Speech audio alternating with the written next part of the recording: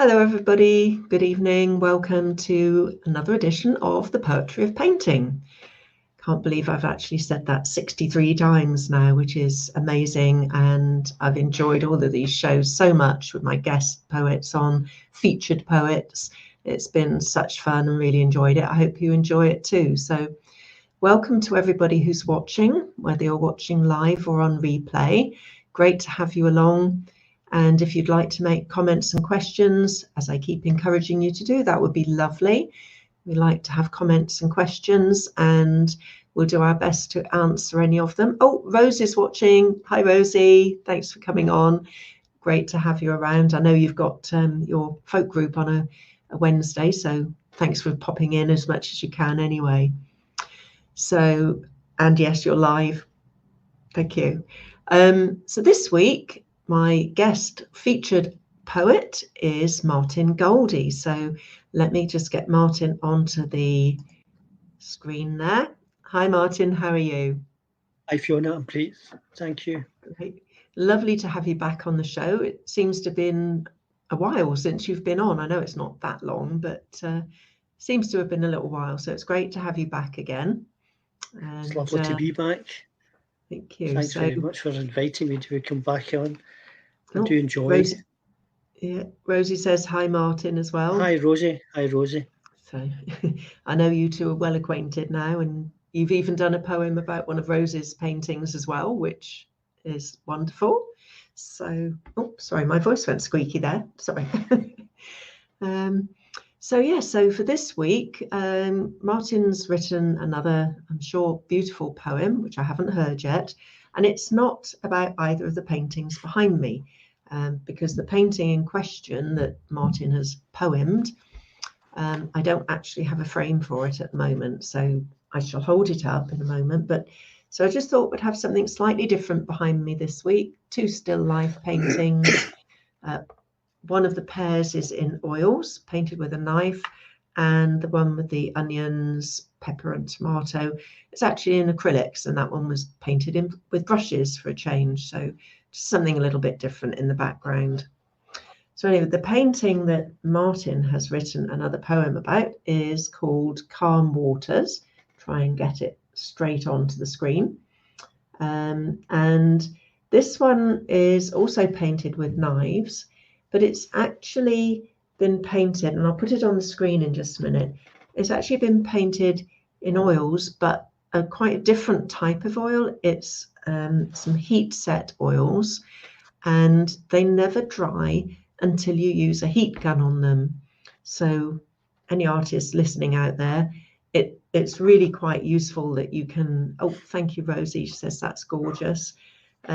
You can have your paints out, you can leave painty brushes lying around, and they never dry, they never get ruined, you never ruin a palette or need to use a glass palette with this until you, I say they won't dry until you use a heat gun on them. And then you have to be careful not to overheat them, but it's quite a different way of working, but it's quite fun. So I decided I would just use some of those. I'd had them in the cupboard for ages and thought I'd just have a play with them. So hence came Calm Waters, which I'll put on the screen so you can see it a bit better, because it comes up a bit dark in this room when I just hold it up there. So and this painting, I think, resonated with you, Martin, because it's actually based on your home country of Scotland. Yes, a West Scotland loch, very much. Yeah. So I don't know, would you like to read your poem for us now, Martin? Yep, absolutely. Or maybe tell us a little bit about what it meant to you, either before or after the poem. I don't mind. Yep. Well, I thought I'll read the poem and then I can sort of describe how I came to get the words from Excellent. From this lovely painting. Again, it's Calm Waters. On morn's soft air, Scotch Argus sail to sup on fragrant foxglove. Winds burn briny shore, drench linnet's prickly haven with the sweetest dessert. In my cold isolation, I pause on shingle shore, by glow of yellow sweet vanilla. drowned in sea of jade, rising fair to Gowk's rich oakwood, broiling under yellow lemon sun. Beyond my shore, loch's ruffled silk reflects shivering purple. Argent brine languid drifts on lazy tide, tickles soft thin spit of sand, afloat for now off golden shore. From busy blue hoarse oyster catchers pipe shrill comfort to frantic young, frozen scared in shallow scrapes. In blue mornings rising broil on wet blonde sands, rough strewn with crisp beached kelp and ancient shell that crunch to gentlest fall of tender naked feet. Weary birds brought home safe on kind hot winds by calm waters gather loud, in fractious heat chat and row, primp travelled wings present as dowry small shimmering eels. As I sat and watched and listened, across the loch on drowning spit, a black-capped tern stretched tired wings, squealed at sound, and flew from throng to solitude. Thank you. Wow, lovely. Another stunning poem, Martin, honestly. Thank you. Thanks I just very much. love all the descriptive words and ideas that you get in there. It's just, oh, Chris is saying hi both. Hi, Chris, welcome along.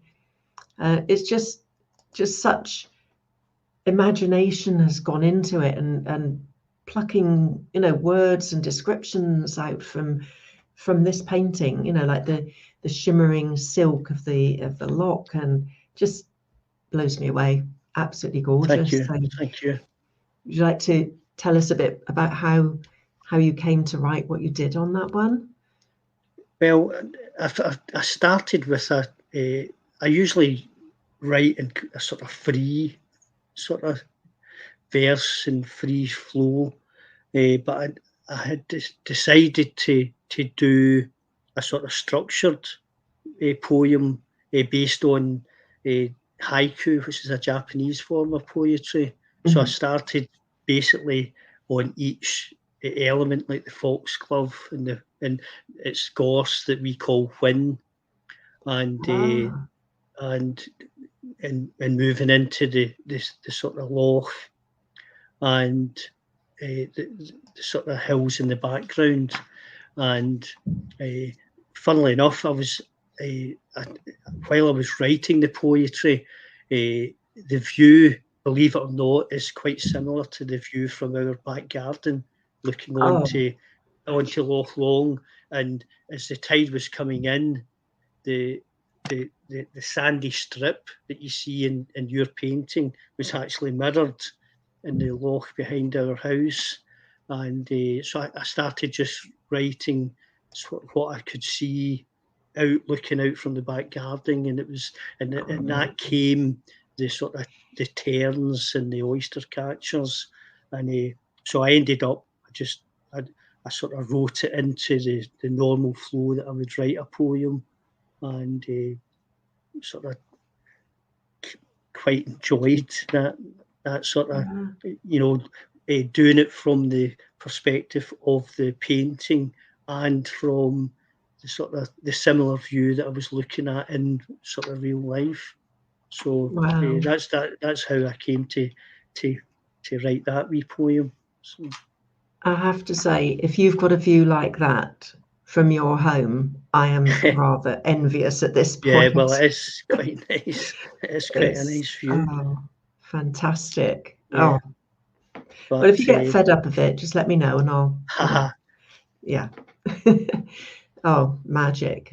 I can't imagine actually living in somewhere having that view to look out at every day. Yeah, I know. Be just fantastic. Yeah. Oh, well, thank you so much. That was absolutely beautiful, Martin. And thank you. Hopefully very much. In due course, as normal, you'll allow me at some point to post that poem with the painting on Yes, Yeah, absolutely. lovely. Thank you. Thank you. So what's been happening with you in poetry just lately? Have things Well, been gathering speed again now that yeah, lockdown's hopefully finished? yeah, it's opening up, and I'm, I've got open mic sessions that I go to in Glasgow and Paisley, and the closest is is a town that's right on the south edge of the south shore of Loch Lomond, Balloch, and that's the first one I've went to, and I tend to go pretty much every month. Mm, And they have a featured poet that's usually a sort of well-known West Scotland poet that comes and reads, and they've got their regulars, and it's quite nice to hear different poets and their different styles, and it's quite enjoy it, and it sort of inspires to try and write slightly different in your way of sort of writing, which is mm, good. mm. And As you said, this one was in a haiku style. So well, I yeah. started I started I've never really done any structured poetry. It's always from the very first poem that I did was just a sort of free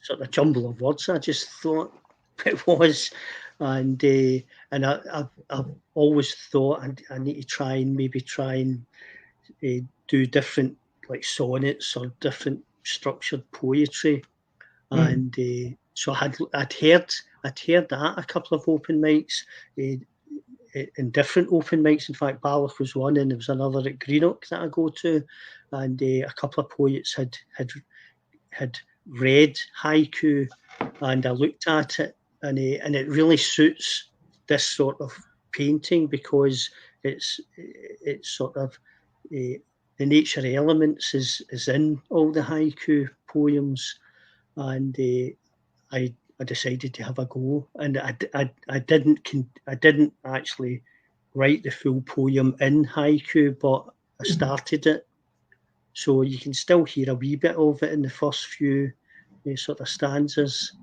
mm, So it's quite nice. mm, It's structured on in terms of line and syllables.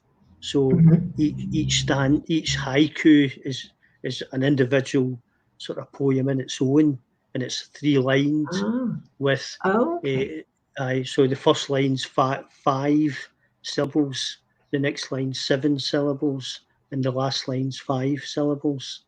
And Ah, so I'd done a few based on like so the foxglove and the gorse and the hills in the background, and sort of it gave me the sort of basis for the poems as it went on. It was quite interesting. yeah, yeah. Well, you've got some So lovely comments coming about it as well. Rosie said every line has a literary treat. that's Absolutely, nice. Rosie, completely agree with you on that one. And Chris says beautiful poem as always. So yeah, I'm not Well, thank you surprised. very much. Thank Yeah, you. beautiful writing, and thank you very much for writing about my painting again. It's So an absolute pleasure. yeah, It's yeah, a beautiful scene to write about. thank you. So you've been going to the open mics more, as you say, at the moment, Yes, and hearing different styles of poetry, and yeah, that's so right. that's inspiring you to try different things as well. Well, that's what I would So, hope that going forward. mm, I've done a couple of poems that, that are a sort of a branch out from my usual sort of landscape based poetry. Uh, so we'll have to wait and see how well they're taken. But I quite enjoy doing them, and I think yeah, I think they might. I think if I work on them, they'll they'll be quite successful, hopefully. But mm, it is nice to widen your scope, mm, because absolutely. you would hate that they became too samey. Mm, If you're doing the same themes all the time. So yes, yeah. aye, so Well, it's Yeah, I mean, it's the same with art and painting. You know, I know Rosie does her house portraits, but she also does her paintings more from imagination and Yeah, things as well, which are just beautiful. And with this painting, it's in a different medium, which reacts a little bit of a different way from the normal oils. So that's a change. The one of the still life up there, that was in acrylic. So again, it was just having a change, doing something different yeah, for, you know, and then even though you may not want to continue with that style, you go back to what you were doing, or maybe something slightly different from what you were normally doing, because it all feeds into it, and yeah, you go back to things refreshed and with a different perspective on things once you've yeah. been, you know, working in a different way, whether it's poetry, painting, probably applies to sculpture and things like that as well. I wouldn't be surprised. So Yeah, I would think so. Yeah. yeah, yeah. And you've got some work in a book that's due out soon, I seem Yeah. to remember. Yes, that's right. There's it's an editor, Millard Caldwell, has recently published this book, and it's to raise funds for Parkinson's, and it's called Penned Poetry, and it's poets from all over the world that Yeah, have contributed. So I've contributed 4 poems, so quite pleased at that, and excellent. it's hopefully it will sell well. And it's sort of close to my heart because my dad actually died. He lived to a great old age. He was well into his 90s, but he died of Parkinson's, so it's sort of close to my heart. So it'll be nice if it's successful and makes funds for Yes.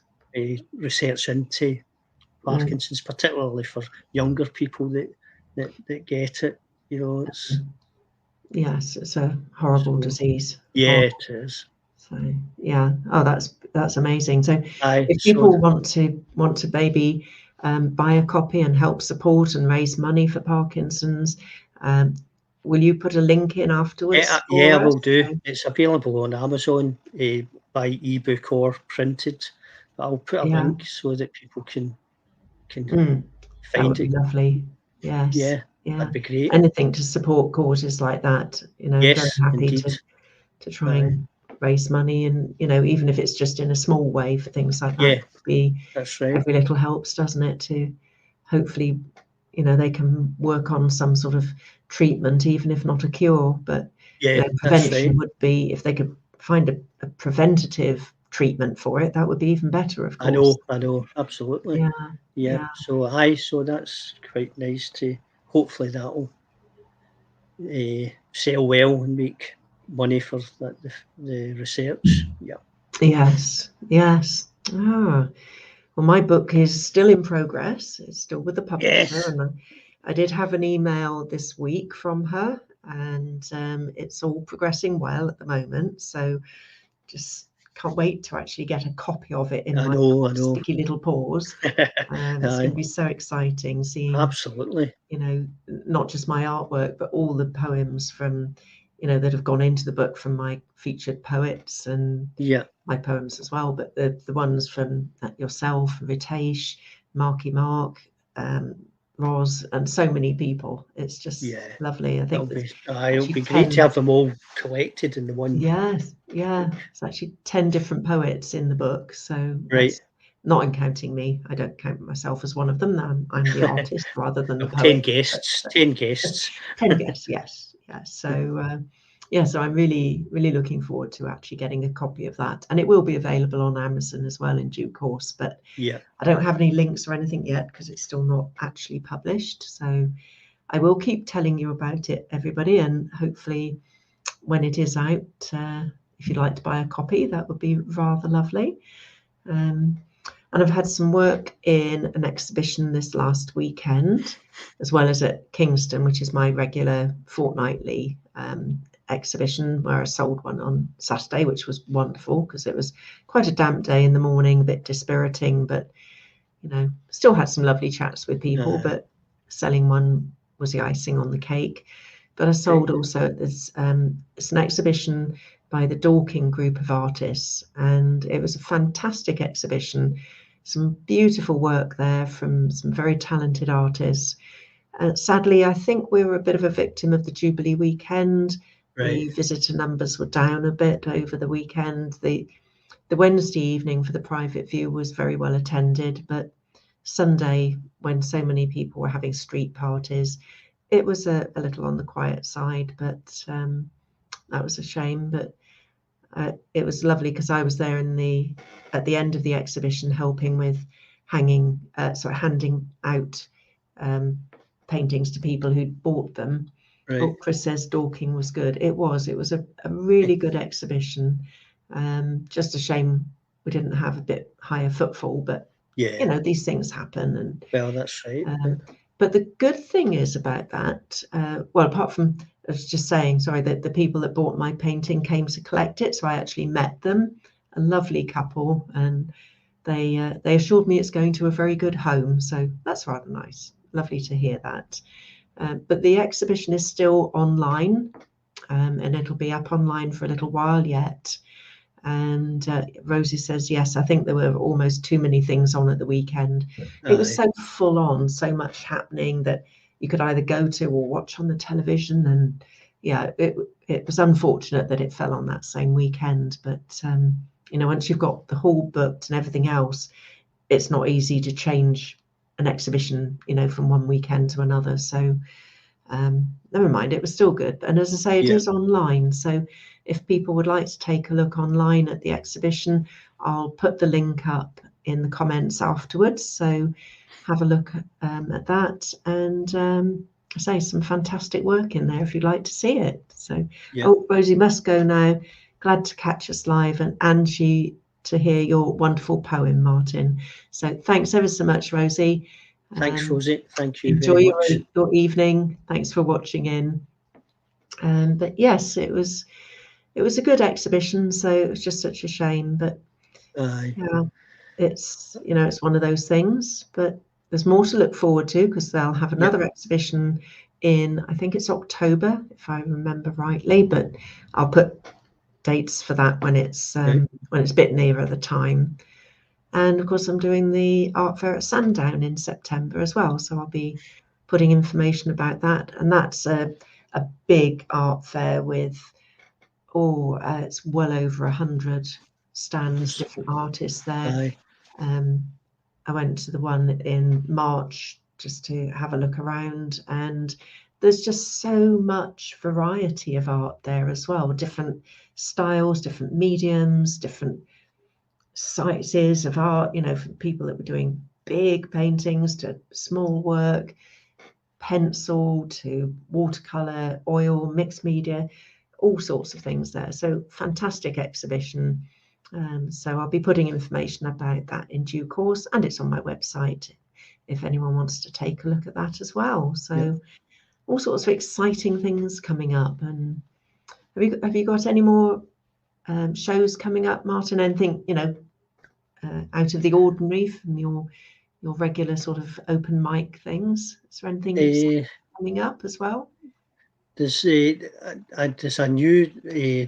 very famous art sort of folk music pub in Glasgow, the Scotia, and they've started doing a sort of poetry night. I read once. I read the first one that had after it had restarted, and it's the timing. It's difficult. It's in the city centre, so it's not always easy to get in and out. But it's quite worthwhile to go and read at that. It's quite a sort of receptive crowd to poetry, and they do music and comedy as well sometimes. But it's quite nice that it's coming back. That poetry's coming back into that pub. It's one of these. It's quite famous for folk music as well, and quite often I think there's nights where it's just almost like ad hoc. It'll just be people come along with guitars and whatever types of instruments and just play sort of folk music, just sitting while they're drinking. So it's quite a atmospheric pub. And again, they've started this. Yeah, it's great. So I read not this month's, but the last month's, and I'm hoping to maybe get in for the June. It's the June night, which I think it's the last Tuesday of the month that they're going to be there. So it's quite good to get out and be alive and be amongst a crowd of people that do like to listen to poetry. Yeah, so, and poetry needs to be read or heard, and to hear it read by the author of the poem as well, I think is something special, because you hear the way that they heard it in their head when they wrote it. That's right. Yeah, that's right. I know. I think you're right. I think that I quite like reading poetry, but I think it's totally different hearing it sort of read, as you say, by the voice of the author, if you like, and the way that they feel it should be read, but and the different emphasis on different words and different phrases, because that you can't do in a read. Yes, I could read it one way, and you've written it a different way, so we can each interpret it in a different way. But so that's why I think it's lovely to hear it read by the actual poet as well. Yeah, that's right. That's right. I quite enjoy the open mics. There's a lot of you get a lot of poets writing Scots and Doric and different dialects that I can't write because I don't have the dialect. But for nature poetry, the Scots is a beautiful language, and it's I sometimes don't even know exactly what they're saying, but it doesn't matter. It's just a sort of beautiful sounding poem being spoken in that Scots dialect. Sort of like spoken music in a way. Yes, it is. It's really nice, but so you and it's hard. It's not as easy to read it because you don't quite understand it, but to hear it, you don't actually need to know what the poem is saying, but it's just this beautiful meter and beautiful words that are in this sort of old sort of dialect that's from sort of previous centuries, effectively. It's really nice. Wow. Yeah. And if they were just to talk normally to you in that dialect, would you understand that? Well, you could probably most of it, but there is words that just don't mean anything. It's like a different language, effectively. But right, yeah, but but it's like Robert Burns wrote in a sort of dialect. Yes, and so you quite often, if you get a Burns book, there'll be a glossary of terms to help you understand. Translation. To help you understand some of the words. But it's quite nice to hear, I think. Yes, yeah. Well, unfortunately, I think we're getting to the end of our time of hearing anything for tonight, sadly. And it's been fantastic having you back on the show, Martin. Loved your poem as always. Thank you. Absolutely beautiful. Sorry, I just realised I've left the painting up on the screen the whole time, so people can't actually see us very well, but never mind. Anyway, thank you so much for being on the show, Martin, for writing the poem and reading it to us. Thank you to everybody who's been watching and joining in, whether you're on live or on replay. Thank you again, and look forward to seeing you all again next week. So have a jolly good week in the meantime, and take care, everybody. Bye for now, everyone. Bye, Martin. Thank you very much. Thank you, Fiona. Just very quickly, Chris says the poem was very good and nice seeing the painting for an extended period. Thanks, Chris. Take care, everybody. See you next week. Bye. Bye. Bye.